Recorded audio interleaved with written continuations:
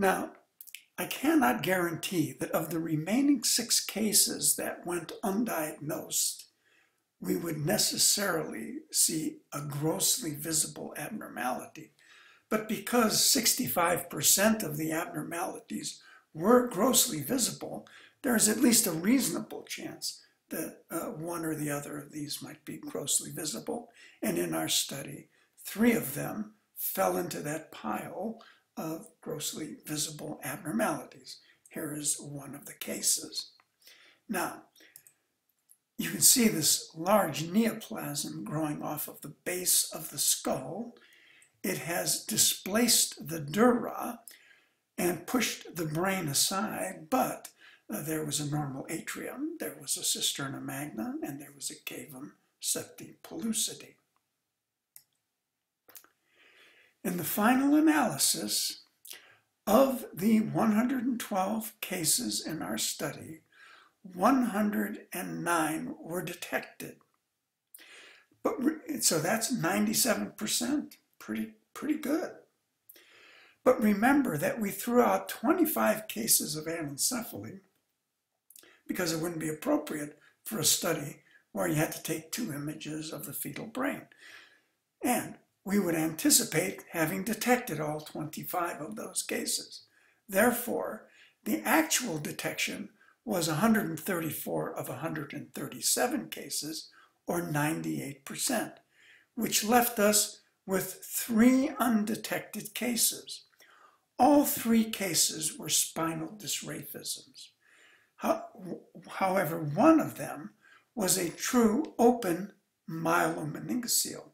But at the time we did this study, we did not invariably take a picture of the posterior fossa.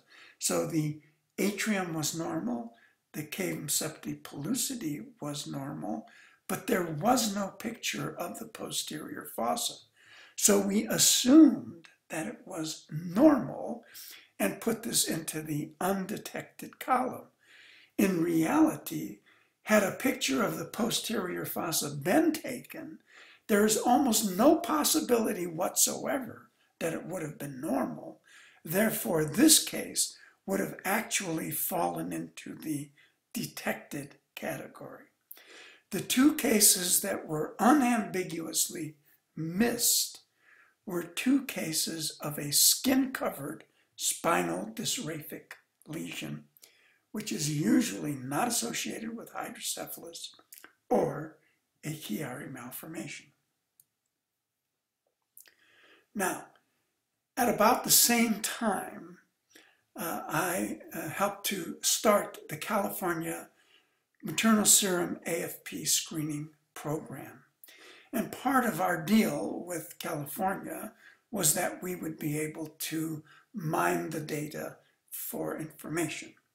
So we looked at the era between 1988 and 1990, where 161 cases of myelomeningocele came through the program. 158 were detected for a detection rate of 98%. The 3 cases that were not detected, in each case, there was no picture of the posterior fossa. Based on the negative sonogram, the mother declined amniocentesis. The amniocentesis, in my experience, has been invariably abnormal when there is a myelomeningocele. Okay, that's all interesting, but here's the reason I'm showing you the study.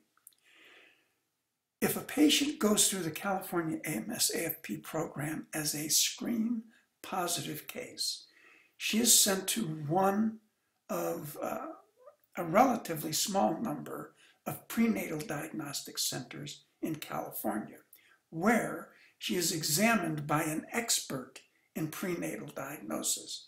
That expert is looking for a spinal dysraphic abnormality. That is why the patient is there.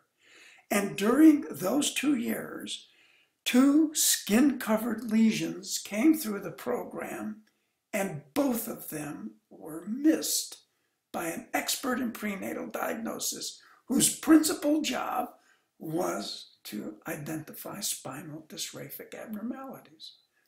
So, My message to you is, looking at the ventricular atrium, the cisterna magna, and the cavum septi pellucidi works as well as an expert in prenatal diagnosis trying to find lesions. I give you my personal guarantee that at a minimum, 2 images demonstrating a normal ventricular atrium, a normal cisterna magna, and a cavum septi pellucidi will exclude 95% of detectable central nervous system anomalies of both the brain and the spinal cord. These 2 views and these 3 structures are what you want to focus on. As an extra bargain, no extra charge, this is also the image where, if you believe in measuring the nuchal thickness, that is exactly the image on which you measure it. So, be the best on your block at obtaining and interpreting these 2 images. Normal ventricular atrium, normal cavum septi pellucidi running from the medial wall of one frontal horn to the medial wall of the opposite frontal horn, and a normal cisterna magna. You will find that this is a very straightforward set of observations that go an enormous way to excluding anomalies of the central nervous system of the fetus.